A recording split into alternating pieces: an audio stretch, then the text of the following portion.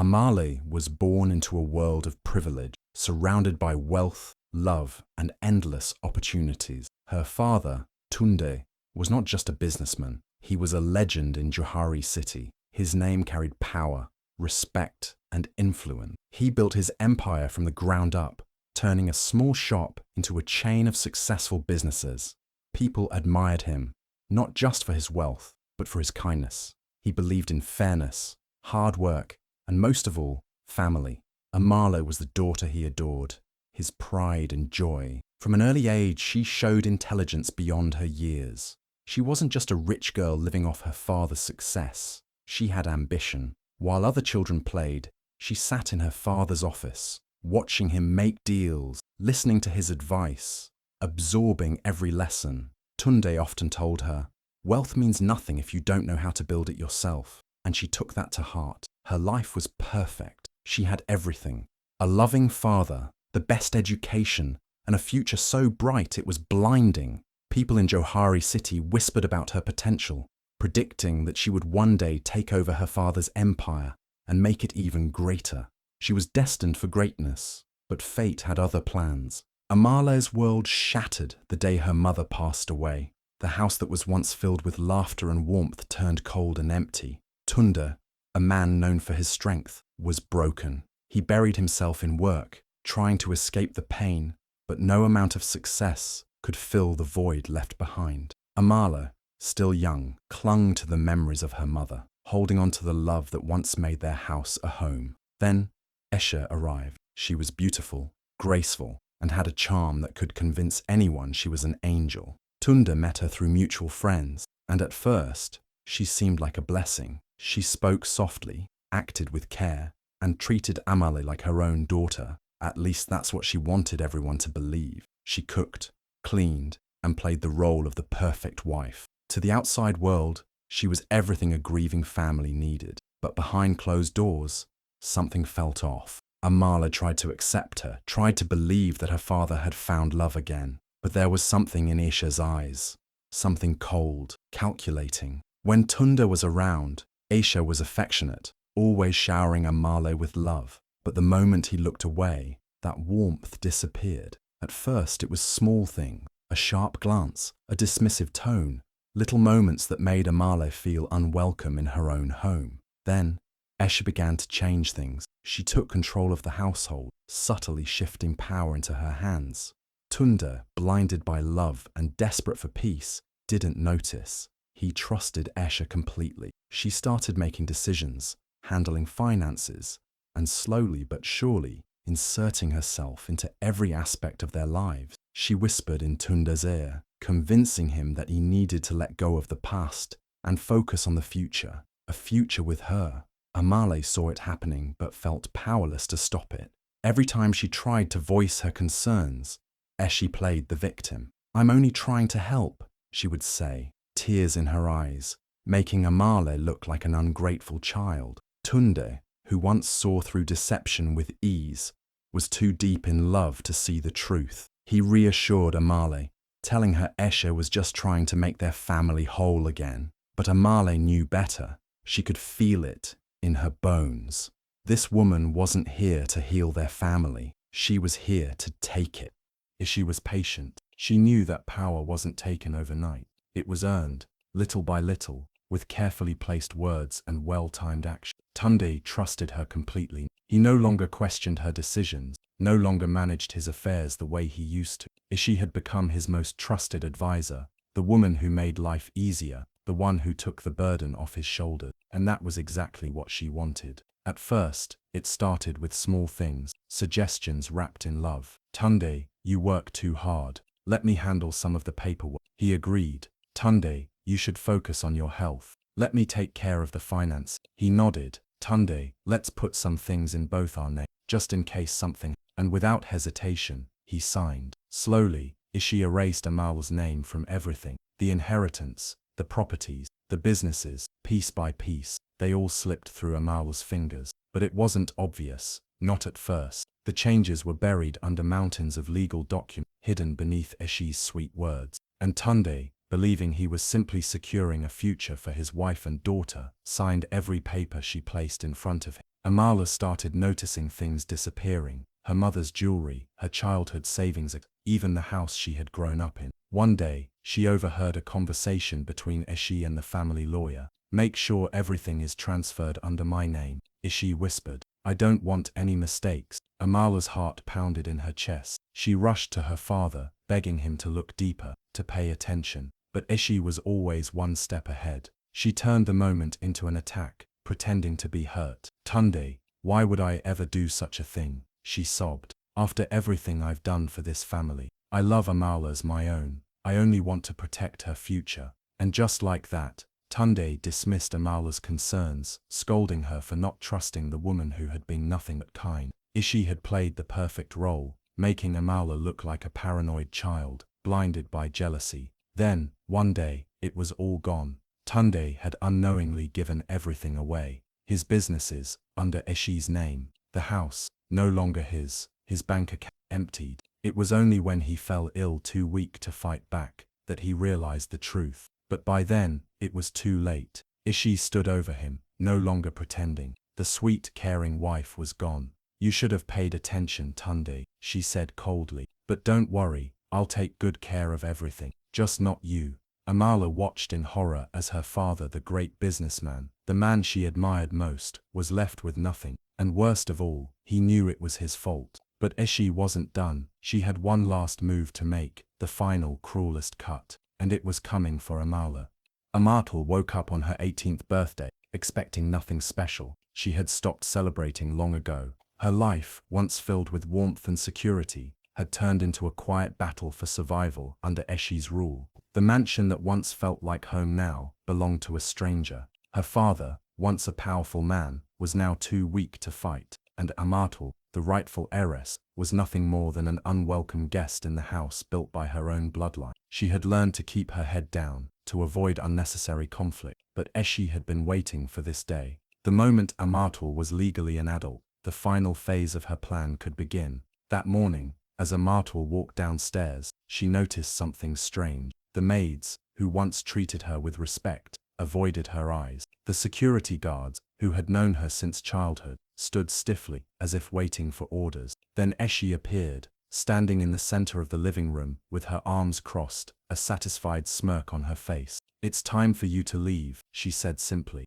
Amala blinked, confused. "Leave? Go where?" Enkay sighed dramatically, as if she were speaking to a child who just didn't understand. "This house is mine now, everything in it, everything your father once owned, mine, and you, my dear, have no place here anymore." Panic gripped Amala's chest. "You can't do this," she whispered.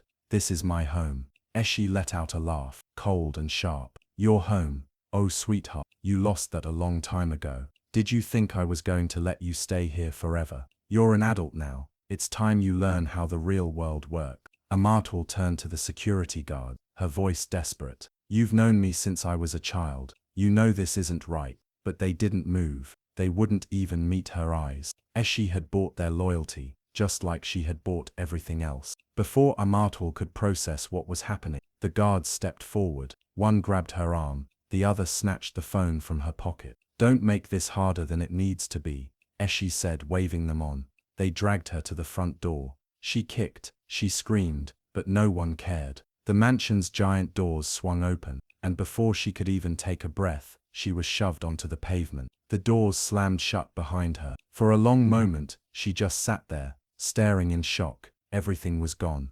Her room, her clothes, her memories, everything she had ever known was locked behind those doors, stolen by a woman who had slithered into her life like a snake. She reached into her pocket, hoping for anything, a phone, some money, an ID. But there was nothing. Enkay had made sure she left with nothing but the clothes on her back. The sun was setting, casting long shadows across the empty street. The realization hit her like a punch to the gut. She had nowhere to go, no money, no family, no friends she could turn to. The girl who once had everything was now nothing. And for the first time in her life, Amala was truly alone. Amala wandered the streets of Johari City, her once glamorous life now a distant memory. The towering buildings that had once been part of her world now felt like cages, trapping her in a cruel reality she never imagined. The first night was the hardest. She had never slept outside before. The cold pavement, the hunger gnawing at her stomach, the distant sounds of the city that never slept. It all felt like a nightmare she couldn't wake up from. She tried to reach out for help, but no one cared. Old friends avoided her calls. People she once knew walked past her like she was invisible. She quickly learned that the world was merciless when you had nothing to offer. Days turned into weeks, and survival became her only focus. Hunger was the worst part. She'd gone from dining at the finest restaurants to digging through trash cans behind food stalls. The shame burned deep, but starvation didn't care about pride. The first time she begged for food, an old woman looked at her with pity and handed her a small piece of bread.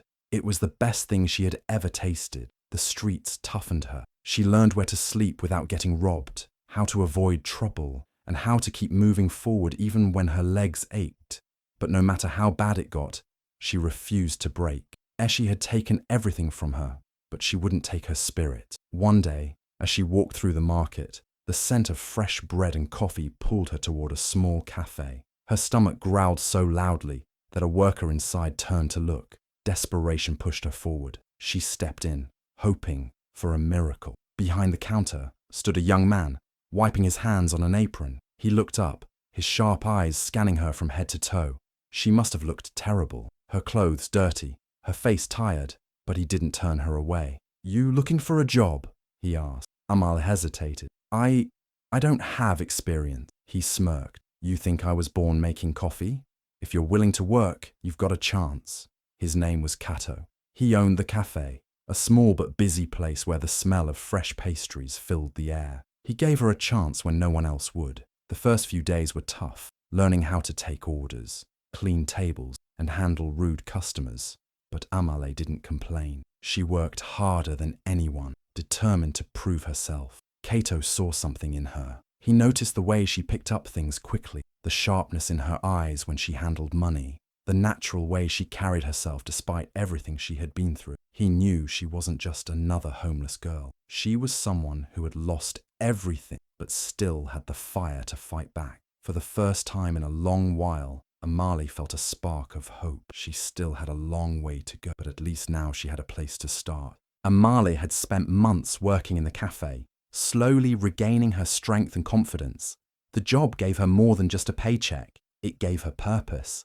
She was no longer just surviving. She was learning, observing, and planning. Every time she counted the cash register, every time she watched Kato negotiate with suppliers, she absorbed everything like a sponge. She had once lived in a world of business, and now she was ready to reclaim her place in it. One evening, after the last customer left, she sat across from Kato, stirring a cup of tea.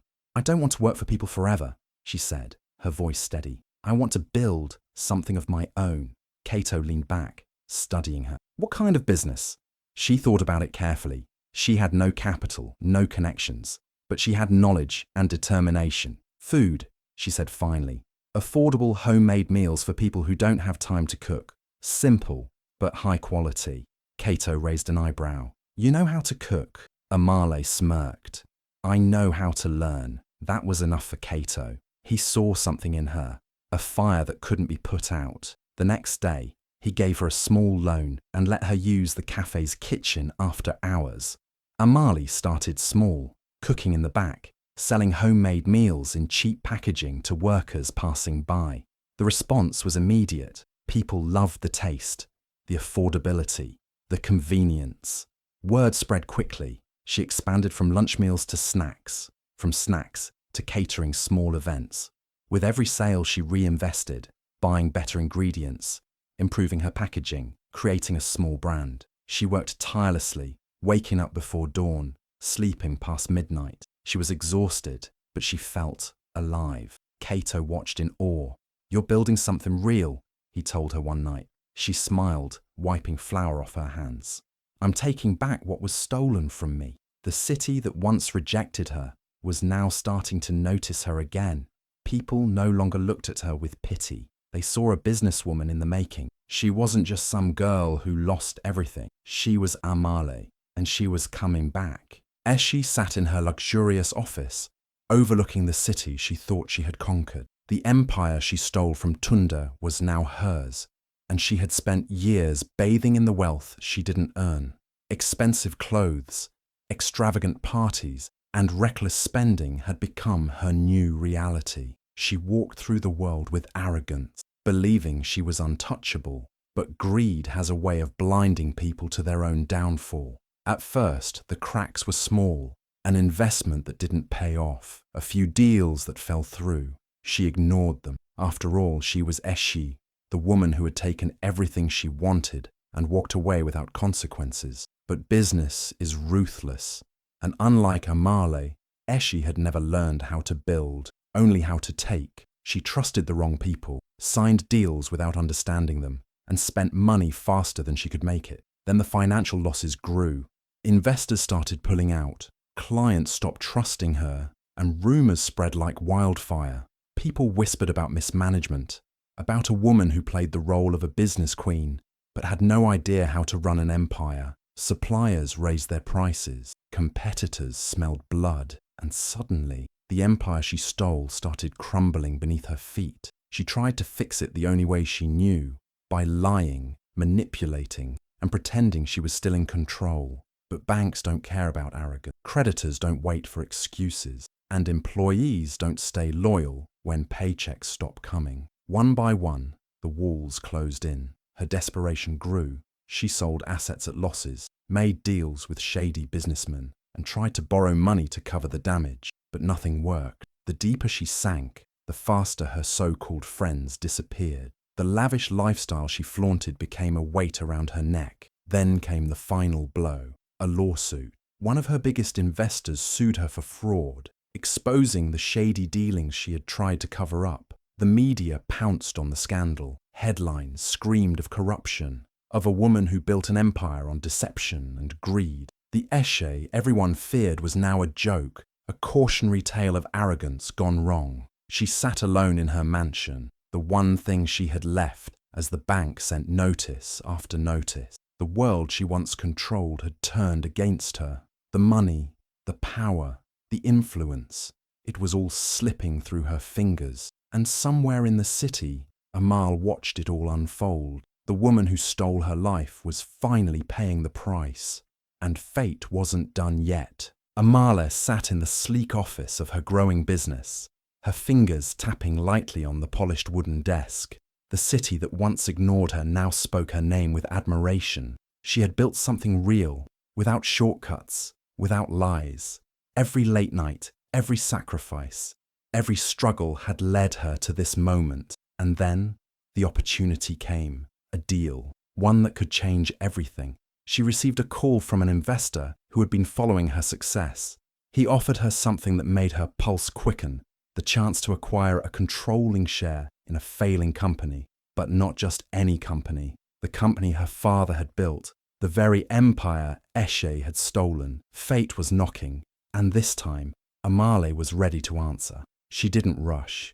She attended meetings, analysed the numbers, and carefully planned her move. The business was in ruins, bad debts, broken relationships, and a reputation destroyed by Eshe's greed. But Amale saw something no one else did. She saw what it used to be, what it could be again. The day of the negotiation arrived. Amale walked into the boardroom, her presence commanding. Across the table sat the remaining shareholders, men who had once dismissed her as just a girl. They had bowed to Eshe's manipulation, and now they were desperate for a savior. They didn't know that the girl they had thrown away was now the one holding their future in her hands. She let them talk, let them beg for an investor to rescue what was left. Then, with a calm confidence, she made her offer, not just to invest, but to take full control. Some hesitated, but desperation makes people weak. In the end, they signed. The company was hers.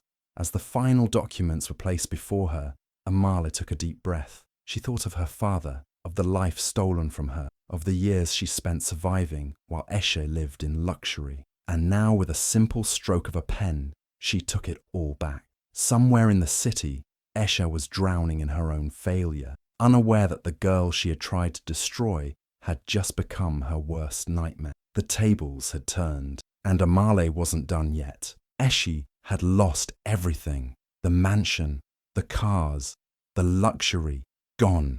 The world that once praised her now turned away in disgust. Banks had seized her properties, creditors knocked on her door, and the so-called friends who once surrounded her had disappeared like smoke. She was drowning in debts, a fallen queen with nowhere to go. And then the cruelest twist of fate came. The only name whispered in business circles, the only person powerful enough to save her, was Omalicha. At first, Aisha resisted. Her pride wouldn't let her beg. But hunger is a great equalizer. She swallowed her arrogance, picked up the phone, and dialed the number she never thought she'd need. The call was short, a request for a meeting, a plea for mercy. Omalicha agreed, but not at a fancy office, not in some hidden boardroom. She chose a public place, a high-end cafe in the heart of the city, the kind of place Escher once walked into with her nose in the air, where waiters scrambled to serve her. Now, she walked in with her shoulders hunched, dressed in clothes that no longer screamed power, but struggle. When Omalicha arrived, the contrast was painful. She was poised, successful, untouchable. The girl Eschi had thrown away had become a woman who ruled the world Eschi lost. The silence between them stretched before Escher finally broke it. Her voice was shaky, her hands trembling as she spoke of debts, of failures, of a life spiraling out of control. She begged. The same woman who once tossed Omalicha into the streets now pleaded for a second chance. Omalicha listened, her expression unreadable. The girl who once cried herself to sleep in the cold had every reason to destroy Escher completely. And for a moment, the cafe held its breath, waiting for the revenge everyone expected. But Omalicha did something no one saw coming. She leaned forward, met Escher's desperate eyes, and smiled, not with cruelty, not with arrogance, but with something more powerful, indifference.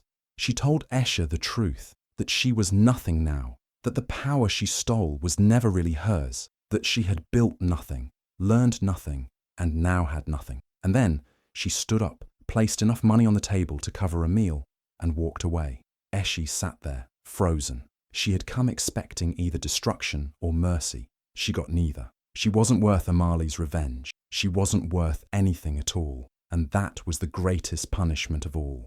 Omalicha had won. She had taken back everything Eschi stole. But more importantly, she had built something even greater. Wealth, power, success. She had it all. But the real victory wasn't in what she owned. It was in what she had become. Eschi, once the queen of Johari city, had fallen into nothingness. She was no longer feared, no longer respected. People who once bowed to her now ignored her. The world had moved on without her. And Omalicha, she didn't even need to look back. There were moments when she could have destroyed Escher completely, taken revenge in the cruelest way possible. But that would have made her just another version of the woman who betrayed her. And Omalicha was better than that. She had seen the darkness, walked through the fire, and still, she refused to let hatred define her. One day, she passed by a street market and saw Aisha sitting on a worn-out bench, looking lost and empty. No guards, no luxury, no power. Just a woman crushed under the weight of her own greed. Omalicha could have stopped, could have gloated, could have reminded her of every wrong she ever did. But she didn't. She simply walked past, like Escher was just another stranger. Because that was the final punishment. Escher wanted to be feared, wanted to be important. But now, she was nothing. And Omalicha, she had risen beyond revenge. She had reclaimed her life, her dignity, and her father's legacy. Fate had settled the score, and Omalicha had already moved on to something far greater.